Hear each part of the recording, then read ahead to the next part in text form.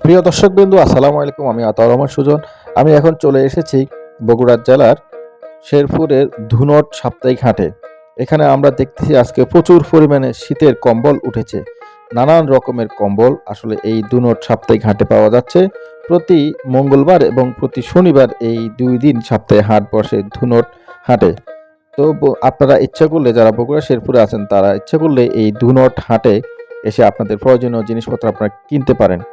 এখানে এখন দেখা যাচ্ছে শীতের মৌসুম, আর এই শীতের মৌসুমে প্রচণ্ড শীত থেকে মানুষ বাঁচতে চলে এসেছে এই ধুনট হাটে কম্বল কেনার জন্য।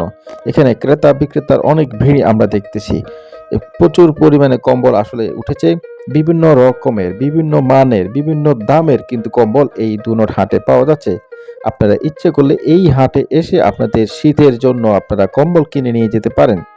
বিভিন্ন তরি তরকারির সবজি এবং বিভিন্ন আসবাবপত্র ছাড়াও এখন ধুনট হাটে পাওয়া যাচ্ছে শীতের কম্বল এবং চাদর।